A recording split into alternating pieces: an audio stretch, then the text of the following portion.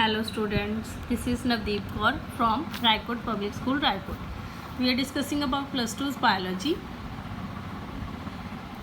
And in our previous video, we have discussed two laws of Mendel, that is law of dominance and law of segregation. Today we will discuss our third law of Mendel, that is law of independent assortment. Before starting it, I want to discuss something with you. In our previous laws, we have made a cross. That cross is monohybrid cross. Monohybrid cross we have already discussed. What is it? It is a cross in which only one character is considered or one character is taken for crossing. Here only one character, that is position of flower. Axial flower and terminal flower. These are the traits, axial and terminal. In this cross, we will make a dihybrid cross. Firstly, we will discuss its statement of law of independent assortment.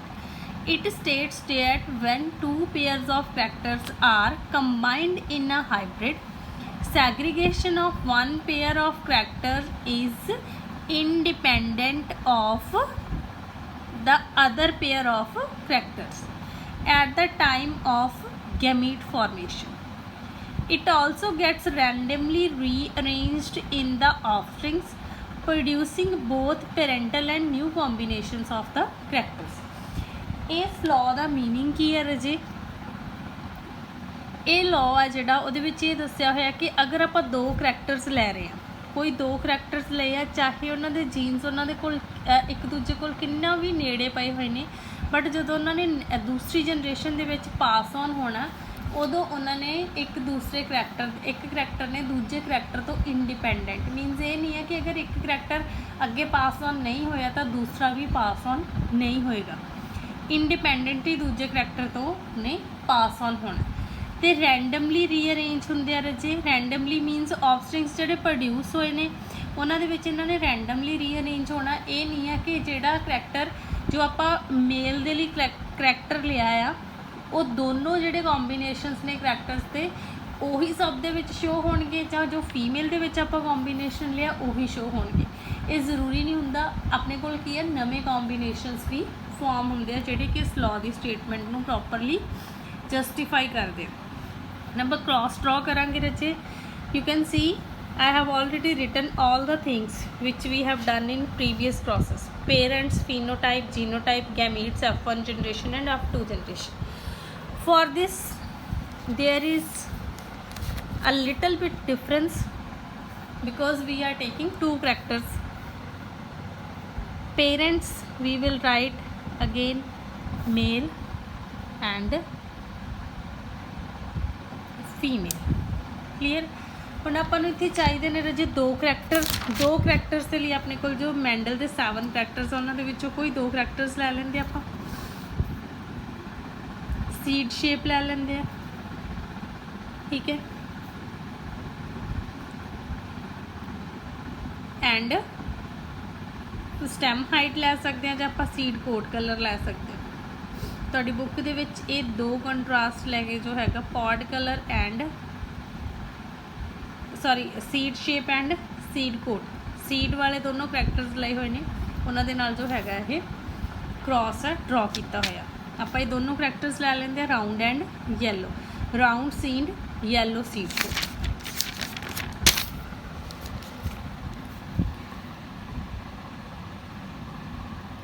Round seed yellow seed code, round and yellow दो contrast आ गए अपने को।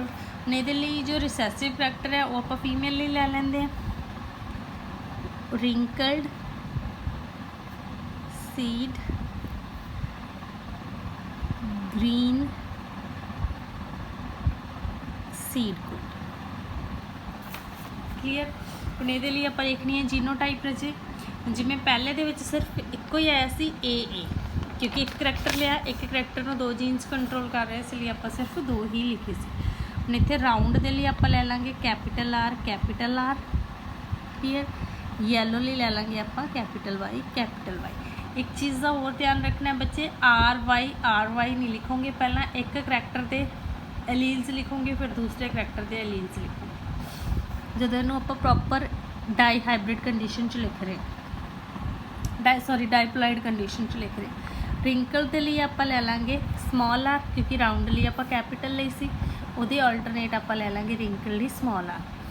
Yellow ਲਈ ਆਪਾਂ capital Y ਲਈ सी, green ਲਈ ਆਪਾਂ ਲੈ ਲਾਂਗੇ स्मॉल वाई। ठीक है, ये होगी जीनोटाइप। हुण इत्थे गैमीट फॉर्मेशन है, हाफ आउंदा मीनस एक राउंड वाले चो आ जाएगा गैमीट दे विच करैक्टर, ठीक है, जीन, तो एक आ जाएगा येलो सीड कोड का, ये आ गया गैमीट। सेम इधर आ जाएगा small r small y. F1 generation है जी वो फॉर्म होएगी आर। हुण इस तो बाद आप वाई नहीं लिख देना रचे, स्मॉल आर लिखांगे क्योंकि इतने डाईप्लॉइड कंडीशन आ गई है। सो आप इत्थे प्रॉपरली उस तरह ही लिखांगे, एक करैक्टर नूं पहला कंप्लीट कर लांगे फिर दूसरा करैक्टर कंप्लीट कर लांगे। तो ये लिए आप फिनोटाइप लिखांगे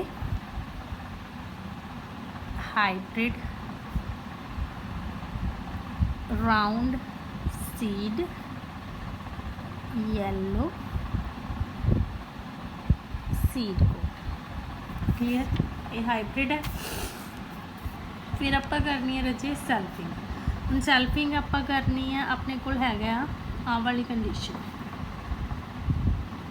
आर वाई, ठीक है, सॉरी इतने लिखांगे नीचे r y into r y. Clear. हुण आपां लिखांगे रजे गैमीट फॉर्मेशन दी कितनी पॉसिबिलिटीज़ हो सकती। एक तो हो सकती है कि गैमीट्स होने चो हाफ ही आना, चार ने तो दो आउणगे, दोनों चो एक पॉसिबिलिटी तो हो सकती है कि दोनों जिहड़े हैगे ने करैक्टर्स ते जीन्स ने वो दोनों के दोनों डोमीनेंट पास ऑन हो सकते हैं। दूजी पॉसिबिलिटी आ जाएगी कि एक कैपिटल है, एक डोमीनेंट है, तो दूसरा आ जाएगा रिसैसिव। तीसरे दे विच भी एक डोमीनेंट तो एक रिसैसिव आ जाएगा, ठीक है। चौथे दे विच की आ जाएगी पॉसिबिलिटी कि दोनों के दोनों रिसैसिव हो सकते। क्लीयर। हुण इहदे विच की आपां राउंड है जिहड़ा वो डोमीनेंट लिया, इहदे विच आपां येलो है जिहड़ा वो डोमीनेंट लिया। हुण इन्हां पॉसिबिलिटीज़ नूं लैके अगे आपां फिर पुनेट स्केयर बनाना रचे। पुनेट स्केयर बनाउण वेले आपां की है, ये चारों पॉसिबिलिटीज़ ने जिहड़ियां लिख लांगे। Capital Y, capital R small Y capital Y, small Y. Same इधर ये मेल दे लिए लिख लिया आपां। हुण फीमेल लिए लिखांगे capital R Y, capital R small R capital Y, small Y. ये हो गई चारों पॉसिबिलिटीज़। सेम मेल दे लिए सेम फीमेल दे लिए, क्योंकि आपां सेम टाइप के जोड़े F1 हाइब्रिड्स ने उन्होंने सैल्फिंग करवा रहे, ठीक है। सो पॉसिबिलिटीज़ आ जड़ियाँ सेम होंगी। हुण अगे आपां रचे बनावांगे क्रॉस बनाउण लई आपां सब तो पहला फर्स्ट रो इधरों लै लो, चाहे फर्स्ट रो इधर नूं लै लो, चाहे इधर नूं, ठीक है। हुण आपां लै रहे हैं इधर वाली फर्स्ट रो, पहला इनू ये ना क्रॉस करवा रहे आर वाई, ठीक है। फिर सैकेंड देना इनू सैकेंड ना क्रॉस करवावांगे capital R capital Y small, ठीक है। फिर इनू तीसरे दे नाल कैपिटल आर कैपिटल वाई। फिर last one capital R capital Y small Y. First row complete होगी। हुण लै रहे आपां सैकेंड, ठीक है। इनू आपां इहदे नाल क्रॉस करवावांगे capital R capital Y small. फिर next one capital R small Y. Next capital R capital Y small Y. Last दे नाल capital R small Y small Y. फिर नैक्सट लै रहे हैं आपां capital R capital Y small Y. Capital R small R, sorry इत्थे आएगी रजे capital Y and capital Y, ठीक है। वाई कैपिटल है इत्थे हेयर रजे। हुण इनू आपां इहदे नाल क्रॉस करवा रहे हैं, capital R capital Y small, फिर इनू इहदे नाल करवा रहे हैं small R capital Y, last one small R capital Y small Y. हुण अपने को आ गई फोर्थ लास्ट वन, इनू आपां क्रॉस करवा रहे हैं इहदे नाल, ठीक है। ऊपर है capital R capital Y small Y, फिर ये क्रॉस करवावांगे कैपिटल आर स्मॉल वाई। हुण इनू ये क्रॉस करवाना है small R capital Y small Y, last one आ जाएगा स्मॉल आर स्मॉल वाई। हुण इस स्केयर नूं आपां ध्यान नाल देखिए जे रजे, फर्स्ट वन है जिहड़ा वो डोमीनेंट मेल दे नाल रिजैम्बलिंग है जीनोटाइप ओहदी, तो ये है जो यदी हैगी है रिसैसिव फीमेल दे, जीनोटाइप इन्हां दी सेम है। हुण आपां इन्हां दे लिखने आ रहे जे एक्सप्रैशनस दे विच आपां लिखांगे राउंड येलो, राउंड ते येलो आपां उत्थे लिखांगे जिथे एक आर कैपिटल होएगी तो एक वाई। हुण इहदे विच दोनों आर ते दोनों वाई कैपिटल है, ताई राउंड येलो हो गया। जिथे एक भी आर कैपिटल आ गई तो एक भी वाई कैपिटल आ गई, वो राउंड येलो हो गया।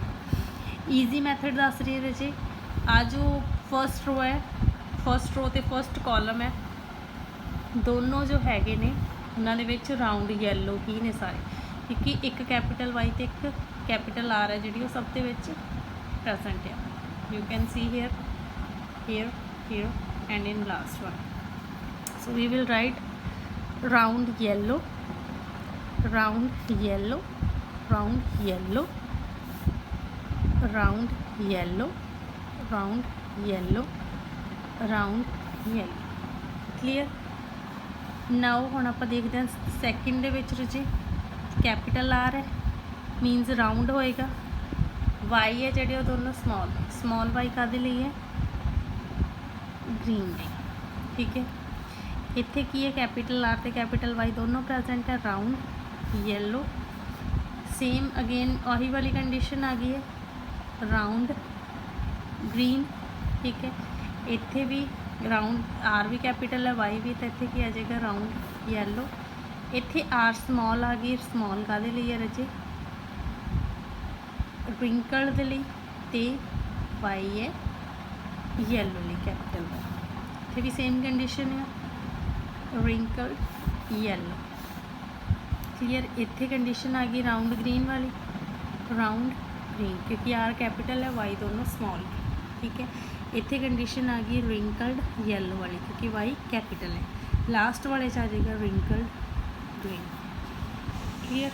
हुण आपां रजे उस तो बाद लिखनी होंदी है इन्हां दी रेशो इत्थे जीनोटिपिक नहीं आती, इत्थे सिर्फ फिनोटिपिक रेशो ही आती है, फिनोटिपिक रेशो लिखण दे लई आपां पहलां जिन्ने एक्सप्रैशनस अपने कोल बने वो लिख लेंगे। राउंड येलो रेशो,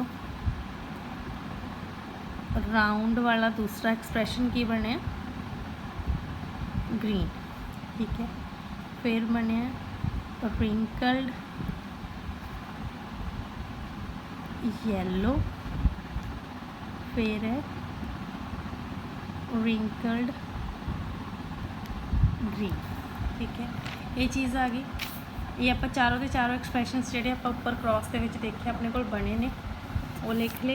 हुण आपां काउंट करांगे। सब तो पहला राउंड येलो 1 2 3 4 5 6 7 8 एंड 9 ने 9 रेशो। हुण राउंड ग्रीन काउंट करांगे आपां 1 2 एंड 3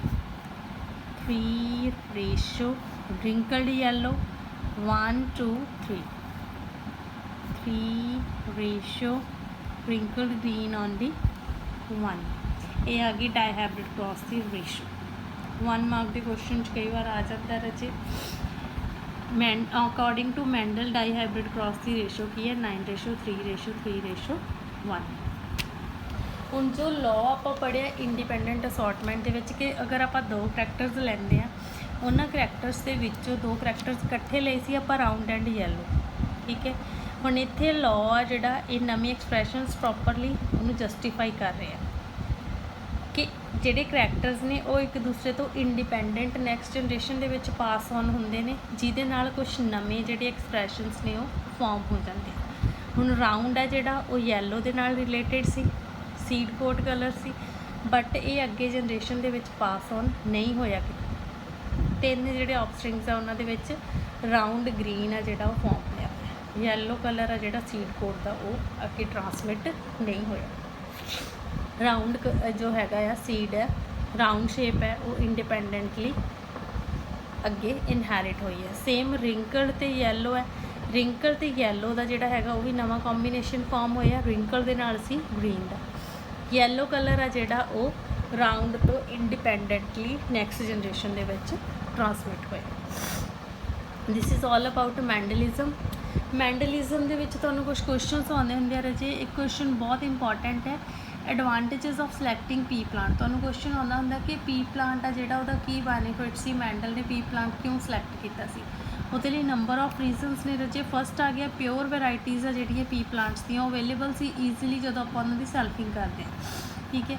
ਬਾਕੀਆਂ ਦੇ ਵਿੱਚ ਕਿਤੇ ਨਾ ਕਿਤੇ ਜੋ ਹੈਗਾ ਵਾ ਨਵੇਂ ਕੰਬੀਨੇਸ਼ਨਸ ਆ ਉਹ ਫਾਰਮ ਹੁੰਦੇ ਰਹਿੰਦੇ ਆ। ਪੀ ਪਲਾਂਟ ਆ ਜਿਹੜਾ ਉਹ ਨੰਬਰ ਆਫ ਈਜ਼ੀਲੀ ਡਿਟੈਕਟੇਬਲ ਕੰਟਰਾਸਟਿੰਗ ਕਰੈਕਟਰਸ ਆ ਜਿਹੜੇ ਸ਼ੋ ਕਰਦਾ। ਮੀਨਸ ਜੋ ਚੀਜ਼ ਆਪਾਂ ਉਹਨਾਂ ਦੇ ਵਿੱਚ ਦੇਖਣੀ ਚਾਹੁੰਦੇ ਆ ਉਹ ਆਪਾਂ ਨੂੰ ਈਜ਼ੀਲੀ ਪਤਾ ਲੱਗ ਜਾਂਦੀ ਹੈ, ਜਿਵੇਂ ਸਟੈਮ ਹਾਈਟ ਹੋ ਗਈ ਜਾਂ ਕਲਰ ਹੈ ਜਿਹੜਾ ਫਲਾਵਰਸ ਉਹ ਵੀ ਆਪਾਂ ਈਜ਼ੀਲੀ ਦੇਖ ਸਕਦੇ ਹਾਂ। ਸੀਡ ਜੋ ਹੈਗਾ ਵਾ ਪੌਡ ਹੈ ਉਹਦਾ ਕਲਰ ਈਜ਼ੀਲੀ ਆਪਾਂ ਨੂੰ ਅਵੇਲੇਬਲ ਹੈ, ਦੇਖ ਸਕਦੇ ਆਪਾਂ, ਠੀਕ ਹੈ। ਕਰੈਕਟਰਸ ਨੇ ਉਹਦੇ ਈਜ਼ੀਲੀ ਆਪਾਂ ਡਿਟੈਕਟ ਕਰ ਸਕਦੇ ਹਾਂ। Pea flowers remain closed and undergo self pollination ਆਉਂਦੀ। ਪੀ ਪਲਾਂਟਸ ਆ ਜਿਹੜੇ ਰਾਜੇ ਉਹ ਜਨਰਲੀ ਸੈਲਫ ਪੋਲੀਨੇਸ਼ਨ ਹੁੰਦੀ ਹੈ ਉਹਨਾਂ ਦੇ ਵਿੱਚ, ਕਿਉਂਕਿ ਫਲਾਰ ਆ ਜਿਹੜਾ ਕਲੋਜ਼ਡ ਹੁੰਦਾ। ਇਸ ਤਰ੍ਹਾਂ ਇੱਕ ਲੌਂਗ ਪੈਟਲ ਆ ਜਿਹੜੀ ਬਾਕੀ ਸਾਰੇ ਪੈਟਲਸ ਦੇ ਉੱਪਰ ਇੱਦਾਂ ਉਹਨੇ ਕਵਰ ਕੀਤਾ ਹੁੰਦਾ, ਜਿਹਦੇ ਕਰਕੇ ਸੈਲਫ ਪੋਲੀਨੇਸ਼ਨ ਹੀ ਹੁੰਦੀ ਹੈ ਫਲਾਰ ਦੇ ਵਿੱਚ।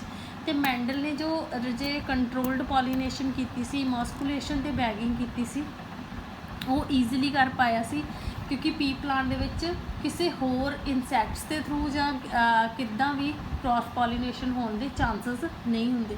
ਉਹਨੇ ਐਂਥਰਸ ਰਿਮੂਵ ਕਰਕੇ ਸੈਲਫ ਪੋਲੀਨੇਸ਼ਨ ਨੂੰ ਜੋ ਹੈਗਾ ਉਹਨੇ ਬੈਨ ਕਰ ਲਿਆ। ਉਸ ਤੋਂ ਬਾਅਦ ਉਹਨੇ ਆਪਣੀ ਡਿਜ਼ਾਇਰਡ ਵੈਰਾਈਟੀ ਦੇ ਜੋ ਹੈਗਾ ਵਾ ਪੋਲਨ ਗ੍ਰੇਨਸ ਦੇ ਨਾਲ ਉਹਨੂੰ ਪੋਲੀਨੇਟ ਕਰ ਲਿਆ। It has short life span and gives result within 3 months। Short time period ਦੇ ਵਿੱਚ ਆਪਾਂ ਨੂੰ ਪੀ ਪਲਾਂਟਸ ਆ ਜਿਹੜੇ ਉਹ ਰਿਜ਼ਲਟ ਦੇ ਦਿੰਦੇ ਆ। ਅਤੇ ਇਹਦੇ ਜੋ F1 ਹਾਈਬ੍ਰਿਡਸ ਫਾਰਮ ਹੁੰਦੇ ਨੇ ਉਹ ਫਰਟਾਈਲ ਹੁੰਦੇ ਆ। ਉਹ ਫਰਦਰ ਜਦੋਂ ਉਹਨਾਂ ਨੂੰ ਆਪਾਂ ਕ੍ਰਾਸ ਕਰਵਾਉਂਦੇ ਉਹਨਾਂ ਤੋਂ ਨਵੇਂ ਆਫਸਪ੍ਰਿੰਗਸ ਨੇ, ਨਵੇਂ ਸੀਡਸ ਆ ਜਿਹੜੇ ਉਹ ਪ੍ਰੋਡਿਊਸ ਹੋ ਪਾਉਂਦੇ। Large number of seeds are produced per plant. ਕਾਫੀ ਸਾਰੇ ਪੌਡਸ ਇੱਕ ਪਲਾਂਟ ਨੂੰ ਲੱਗਦੇ ਆ ਅਤੇ ਉਹ ਕਾਫੀ ਸਾਰੇ ਪੌਡਸ ਨੇ, ਇੱਕ ਲਾਰਜ ਸੈਂਪਲ ਹੋ ਜਾਂਦਾ। ਲਾਰਜ ਸੈਂਪਲ ਦੇ ਨਾਲ ਜਦੋਂ ਆਪਾਂ ਰਿਸਰਚ ਕਰਦੇ ਰਹੇ ਜੇ ਉਹ ਰਿਸਰਚ ਨੂੰ ਕੰਸੀਡਰ ਇੱਕ ਗੁੱਡ ਜੋ ਹੈਗਾ ਵਾ ਅਟੈਂਪਟ ਹੈ ਉਹ ਕੰਸੀਡਰ ਕੀਤਾ ਜਾਂਦਾ। ਦੈਨ ਆ ਗਿਆ ਰੀਜ਼ਨਸ ਆ ਗਏ ਰਾਜੇ ਮੈਂਡਲ ਦੀ ਸਕਸੈਸ ਦੇ, ਠੀਕ ਹੈ। ਪਹਿਲਾਂ ਤਾਂ ਆ ਗਿਆ ਉਹਨੇ ਸਿਰਫ ਪਿਓਰ ਵੈਰਾਈਟੀਜ਼ ਹੀ ਸਿਲੈਕਟ ਕੀਤੀਆਂ ਸੀ, ਉਹਦਾ ਰੀਜ਼ਨ ਆ ਗਿਆ ਸਕਸੈਸ ਦਾ ਕਿ ਮੈਂਡਲ ਦੇ ਲਾਜ਼ ਆ ਕਿਉਂ ਆਪਾਂ ਵਾਈਡਲੀ ਅਸੈਪਟ ਕੀਤੇ ਹੋਏ ਆ। ਸੈਕਿੰਡ ਆ ਗਿਆ he took only 1 or 2 characters at a time. ਇੱਕ ਟਾਈਮ 'ਤੇ ਉਹਨੇ ਸਿਰਫ 1 ਜਾਂ 2 ਕਰੈਕਟਰਸ ਵੱਲ ਧਿਆਨ ਦਿੱਤਾ, ਸਾਰੇ ਕਰੈਕਟਰਸ ਵੱਲ ਉਹਨੇ ਇਕੱਠਾ ਧਿਆਨ ਨਹੀਂ ਸੀ ਦਿੱਤਾ। ਜਦੋਂ ਉਹਨੇ ਐਕਸਪੈਰੀਮੈਂਟਸ ਉਹਨੇ ਕਾਫੀ ਟਾਈਮਲੀ ਕੀਤੇ ਸੀ ਰਾਜੇ। ਇੱਕ ਟਾਈਮ 'ਤੇ ਜਦੋਂ ਐਕਸਪੈਰੀਮੈਂਟ ਕਰ ਰਿਹਾ ਸੀ ਤਾਂ ਉਹ 2 ਤੋਂ ਜ਼ਿਆਦਾ ਕਰੈਕਟਰਸ ਆ ਜਿਹੜੇ ਉਹਨਾਂ ਵੱਲ ਉਹਨੇ ਧਿਆਨ ਨਹੀਂ ਦਿੱਤਾ, ਇਸ ਕਰਕੇ ਉਹ ਆਪਣੇ ਜਿਹੜੇ ਰਿਜ਼ਲਟਸ ਨੇ ਉਹ ਬੈਟਰ ਬਣਾ ਸਕਿਆ ਸੀ। He took only those traits for his experiment which didn't show linkage or incomplete dominance। Incomplete dominance ਆ ਜਿਹੜੀ ਉਹ ਆਪਾਂ ਮੈਂਡੇਲੀਅਨ ਡੈਵੀਏਸ਼ਨ 'ਚ ਪੜ੍ਹਾਂਗੇ ਰਾਜੇ ਕਿ ਜੋ ਚੀਜ਼ਾਂ ਮੈਂਡਲ ਆ ਉਹਨੇ ਐਕਸਪਲੇਨ ਨਹੀਂ ਸੀ ਕੀਤੀਆਂ। ਕਾਫੀ ਸਾਰੇ ਪਲਾਂਟਸ ਇੱਦਾਂ ਦੇ ਹੁੰਦੇ ਆ ਜਿਨ੍ਹਾਂ ਦੇ ਵਿੱਚ ਕੀ ਆ ਜੋ ਡੋਮੀਨੈਂਟ ਹੈ ਅਗਰ ਉਹ ਸਿੰਗਲ ਪ੍ਰੈਜੈਂਟ ਹੈ, ਜਿਵੇਂ ਹੁਣ ਇੱਥੇ ਇੱਕ ਆਰ ਹੈ ਅਤੇ ਇੱਕ ਵਾਈ ਹੈ, ਫਿਰ ਵੀ ਇਹਦੇ ਵਿੱਚ ਐਕਸਪ੍ਰੈਸ਼ਨ ਹੈ ਜਿਹੜਾ ਉਹ ਡੋਮੀਨੈਂਟ ਦਾ ਸ਼ੋਅ ਹੋ ਰਿਹਾ, ਬਟ ਇਹ ਸਾਰੇ ਪਲਾਂਟਸ ਦੇ ਵਿੱਚ ਸ਼ੋਅ ਨਹੀਂ ਹੁੰਦਾ। ਕਈ ਪਲਾਂਟਸ ਇੱਦਾਂ ਦੇ ਹੁੰਦੇ ਆ ਕਿ ਜਿਨ੍ਹਾਂ ਦੇ ਵਿੱਚ ਇੱਕ ਡੋਮੀਨੈਂਟ ਅਲੀਲ ਹੋਮੋਜ਼ਾਈਗਸ ਕੰਡੀਸ਼ਨ 'ਚ ਹੋਏਗਾ, ਸਿਰਫ ਉਦੋਂ ਹੀ ਆਪਣੇ ਆਪ ਨੂੰ ਐਕਸਪ੍ਰੈਸ ਕਰ ਸਕਦਾ। ਸੋ ਮੈਂਡਲ ਨੇ ਉਹ ਚੀਜ਼ ਵੀ ਜੋ ਹੈਗੀ ਆ ਮੈਂਡਲ ਲੱਕੀ ਸੀ ਕਿ ਉਹਨੇ ਜਿਹੜੇ ਕਰੈਕਟਰਸ ਚੂਜ਼ ਕੀਤੇ ਸੀ ਉਹਨਾਂ ਦੇ ਵਿੱਚ ਇਹ ਚੀਜ਼ਾਂ ਸ਼ੋ ਨਹੀਂ ਹੋਈਆਂ ਸੀ। ਨੈਕਸਟ ਆ ਗਿਆ ਜੀ, he studied the inheritance of a character for 3 or more generations. ਉਹਨੇ 3 ਤੋਂ ਜ਼ਿਆਦਾ ਜਨਰੇਸ਼ਨਸ ਦੇ ਲਈ ਜੋ ਦੇਖਿਆ ਸੀ ਕਰੈਕਟਰ ਕਿੱਦਾਂ ਪਾਸ ਔਨ ਹੁੰਦੇ ਨੇ, ਉਸ ਤੋਂ ਬਾਅਦ 'ਚ ਉਹਨੇ ਆਪਣੇ ਰਿਜ਼ਲਟਸ ਦਿੱਤੇ ਸੀ। ਇਹ ਨਹੀਂ ਸੀ ਕਿ ਸਿਰਫ ਉਹਨੇ ਇੱਕ ਜਨਰੇਸ਼ਨ ਲਈ ਦਿੱਤਾ ਸੀ, ਉਹਨੇ ਪ੍ਰੋਪਰ ਉਹਦੀ ਟੈਸਟਿੰਗ ਕਰਨ ਤੋਂ ਬਾਅਦ 'ਚ ਫਿਰ ਉਹਨੇ ਆਪਣੇ ਲੌਜ਼ ਆ ਜਿਹੜੇ ਉਹ ਦਿੱਤੇ, ਜਿਹਦੇ ਕਰਕੇ ਆਪਾਂ ਉਹਦੇ ਲੌਜ਼ ਨੂੰ ਅਸੈਪਟ ਕੀਤਾ। His experimental plant P is ideal for controlled pollination.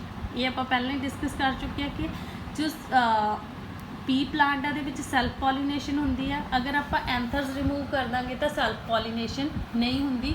ਆਪਾਂ ਈਜ਼ੀਲੀ ਆਪਣੀ ਡਿਜ਼ਾਇਰਡ ਜਿਹੜੀ ਹੈਗੇ ਆ ਪੋਲਨ ਗ੍ਰੇਨਸ ਉਹਨਾਂ ਦੇ ਥਰੂ ਕੰਟਰੋਲਡ ਪੋਲੀਨੇਸ਼ਨ ਕਰ ਸਕਦੇ ਹਾਂ। He did not attempt to explain all the variations in his results. ਜਿੰਨੀਆਂ ਵੀ ਵੇਰੀਏਸ਼ਨਸ ਉਹਨੇ ਦੇਖੀਆਂ ਸੀ ਆਪਣੇ ਰਿਜ਼ਲਟਸ ਦੇ ਵਿੱਚ, ਉਹਨੇ ਸਾਰਿਆਂ ਨੂੰ ਅਟੈਂਪਟ ਕਰਨ ਦੀ ਕੋਸ਼ਿਸ਼ ਨਹੀਂ ਕੀਤੀ। ਉਹਨੇ ਸਿਰਫ ਉਹੀ ਕੀਤੀ ਐਕਸਪਲੇਨ, ਉਹੀ ਚੀਜ਼ਾਂ ਐਕਸਪਲੇਨ ਕੀਤੀਆਂ ਜਿਹੜੀਆਂ ਕਿ ਉਹਨੂੰ ਸਮਝ ਆਈਆਂ। ਜੋ ਉਹਨੂੰ ਸਮਝ ਨਹੀਂ ਆਈਆਂ ਉਹਨਾਂ ਚੀਜ਼ਾਂ ਬਾਰੇ ਉਹਨੇ ਡਿਸਕਸ ਵੀ ਨਹੀਂ ਕੀਤਾ। ਨੈਕਸਟ ਆ ਗਿਆ ਜੀ ਪ੍ਰਿੰਸੀਪਲ ਆਫ ਪੇਅਰਡ ਫੈਕਟਰਸ। ਇਹ ਵੀ ਮੈਂਡਲ ਦਾ ਹੀ ਹੈ। ਮੈਂਡਲ ਨੇ ਦੱਸਿਆ ਸੀ ਕਿ ਜਿਹੜੇ ਕਰੈਕਟਰਸ ਨੇ ਉਹ ਪੇਅਰਸ ਦੀ ਫਾਰਮ ਦੇ ਵਿੱਚ ਹੁੰਦੇ ਆ। ਚੀਜ਼ ਆਪਾਂ ਪਹਿਲਾਂ ਡਿਸਕਸ ਵੀ ਕਰ ਚੁੱਕੇ ਹਾਂ। ਵੈਸੇ ਤੁਹਾਡੇ ਸਿਲੇਬਸ ਦੇ ਵਿੱਚ ਨਹੀਂ ਹੈ ਰੱਜੇ, ਕਈ ਵਾਰ ਕੁਐਸਚਨ ਆ ਜਾਂਦਾ ਹੁੰਦਾ, ਸੋ ਇਸ ਲਈ ਮੈਂ ਇਹ ਚੀਜ਼ ਐਕਸਪਲੇਨ ਕਰ ਰਹੀ ਹਾਂ। A character is represented in an organism by at least 2 factors। Medal ਨੇ ਤੁਹਾਨੂੰ ਪਹਿਲਾਂ ਦੱਸਿਆ ਸੀ ਕਿ ਮੈਂਡਲ ਨੇ ਜੀਨ ਨੂੰ ਫੈਕਟਰ ਦਾ ਨਾਮ ਦਿੱਤਾ ਹੋਇਆ ਸੀ। ਠੀਕ ਹੈ, ਹੁਣ ਆਪਾਂ ਫੈਕਟਰ ਨੂੰ ਜੀਨ ਬੋਲਦੇ ਹਾਂ, ਬਟ ਉਸ ਟਾਈਮ ਤੇ ਜੀਨ ਨੂੰ ਫੈਕਟਰ ਬੋਲਿਆ ਜਾਂਦਾ ਸੀ। ਮੈਂਡਲ ਨੇ ਕੀ ਕਿਹਾ ਕਿ ਇੱਕ ਕਰੈਕਟਰ ਆ ਜਿਹੜਾ ਉਹ ਐਟਲੀਸਟ 2 ਜੀਨਸ ਆ ਜਿਹੜੇ ਉਹ ਕੰਟਰੋਲ ਕਰਦੇ ਆ। 2 factors lie on 2 homologous chromosomes at the same locus। ਇਹਦਾ ਮੀਨਿੰਗ ਕੀ ਹੈ ਜੀ? ਹੋਮੋਲੋਗਸ ਮੀਨਸ ਸੇਮ ਟਾਈਪ ਦੇ। ਹੁਣ ਆਪਾਂ ਕਹੀਏ ਕਿ ਆਪਣੇ ਵਿੱਚ ਜੋ 23 ਪੇਅਰਸ ਨੇ ਕ੍ਰੋਮੋਸੋਮਸ ਦੇ, ਉਹਦੇ ਵਿੱਚ ਕੀ ਹੁੰਦਾ, ਇੱਕ ਕ੍ਰੋਮੋਸੋਮ ਇੱਧਰ ਹੈ, ਉਹਦੇ ਬਿਲਕੁਲ ਸਾਹਮਣੇ ਇਸ ਤਰ੍ਹਾਂ ਨਾਲ ਕ੍ਰੋਮੋਸੋਮਸ ਆ ਜਿਹੜੇ ਉਹ ਪਏ ਹੋਏ ਨੇ, ਜਿਵੇਂ 1 2 3 4 5 6 7 8 ਇੱਦਾਂ ਕਰਕੇ ਪੇਅਰਸ ਦੇ ਵਿੱਚ ਪਏ ਹੋਏ ਨੇ ਕ੍ਰੋਮੋਸੋਮਸ। ਇਹ ਵਾਲਾ ਕ੍ਰੋਮੋਸੋਮ ਇਹ ਵਾਲੇ ਕ੍ਰੋਮੋਸੋਮ ਦੇ ਹੋਮੋਲੋਗਸ ਹੁੰਦਾ, ਮੀਨਸ ਉਹਨਾਂ ਦੀ ਸਟਰਕਚਰ ਆ ਜਿਹੜੀ ਉਹ ਸੇਮ ਹੁੰਦੀ ਹੈ। ਹੁਣ ਇੱਕ ਕਰੈਕਟਰ ਦਾ ਇੱਕ ਜੀਨ ਆ ਜਿਹੜਾ ਉਹ ਇਸ ਕ੍ਰੋਮੋਸੋਮ ਤੇ ਹੋਏਗਾ ਤੇ ਦੂਸਰਾ ਜਿਹੜਾ ਜੀਨ ਹੈ ਉਹ ਇਸ ਕ੍ਰੋਮੋਸੋਮ ਤੇ ਪ੍ਰੈਜ਼ੈਂਟ ਹੋਏਗਾ। ਇਹ ਨਹੀਂ ਹੁੰਦਾ ਕਿ ਦੋਨੋਂ ਇੱਕੋ ਹੀ ਕ੍ਰੋਮੋਸੋਮ ਦੇ ਉੱਪਰ ਇਕੱਠੇ ਪਏ ਹੋਏ ਨੇ। ਦੇ ਮੇ ਰਿਪਰੈਜ਼ੈਂਟ ਦਾ ਸੇਮ ਔਰ ਹੋਮੋਜ਼ਾਈਗਸ ਐਕਸਪ੍ਰੈਸ਼ਨਸ ਔਰ ਆਲਟਰਨੇਟ ਐਕਸਪ੍ਰੈਸ਼ਨਸ। ਠੀਕ ਹੈ, ਦੇ ਮੇ ਰਿਪਰੈਜ਼ੈਂਟ ਦਾ ਸੇਮ ਮੀਨਸ ਰਜੇ ਸੇਮ ਵੀ ਹੋ ਸਕਦੇ ਨੇ। ਹੋਮੋਜ਼ਾਈਗਸ ਕੰਡੀਸ਼ਨ ਦੇ ਵਿੱਚ ਮੀਨਸ ਕੀ ਆ, ਜਿਵੇਂ ਆਪਾਂ ਪੀ ਪਲਾਂਟ ਦੀ ਹਾਈਟ ਲਈ ਲੈ ਲਈਏ, ਜਾਂ ਤਾਂ ਦੋਨੋਂ ਕੈਪੀਟਲ ਟੀ ਹੋਣਗੇ ਜਾਂ ਦੋਨੋਂ ਸਮਾਲ ਟੀ। ਸੇਮ ਜੋ ਹੈਗੇ ਆ ਉਹ ਕੰਡੀਸ਼ਨ ਦੇ ਵਿੱਚ ਪ੍ਰੈਜ਼ੈਂਟ ਹੋਣਗੇ, ਸੇਮ ਟਾਈਪ ਦੇ ਜੀਨਸ ਹੋਣਗੇ, ਜਾਂ ਕੀ ਆ ਉਹ ਆਲਟਰਨੇਟ ਐਕਸਪ੍ਰੈਸ਼ਨਸ ਦੇ ਵਿੱਚ ਮੀਨਸ ਹੈਟੀਰੋਜ਼ਾਈਗਸ ਇੱਕ ਕੈਪੀਟਲ ਹੋਏਗਾ ਇੱਕ ਸਮਾਲ ਹੋਏਗਾ। ਠੀਕ ਹੈ, factors represent the alternate or same form of character are called alleles or allelomorphs. Means ਜਿਹੜੀਆਂ ਫਾਰਮਸ ਨੇ ਉਹਨਾਂ ਦੀਆਂ ਜੀਨਸ ਦੀਆਂ ਫਰਦਰ ਫਾਰਮਸ ਨੇ ਉਹਨਾਂ ਨੂੰ ਆਪਾਂ ਬੋਲਦੇ ਹਾਂ ਐਲੀਲਸ, ਜਿਹਨਾਂ ਨੂੰ ਕਹਿ ਦਿੰਦੇ ਆਪਾਂ ਐਲੀਲੋਮੋਰਫਸ। ਇੱਥੇ ਤੱਕ ਸੀ ਰਜੇ ਮੈਂਡਲ ਔਰ inheritance of Mendel, or we can say it Mendelism. In our next video we will discuss deviations from Mendelism. For today up to this only bache. Thank you and have a nice day.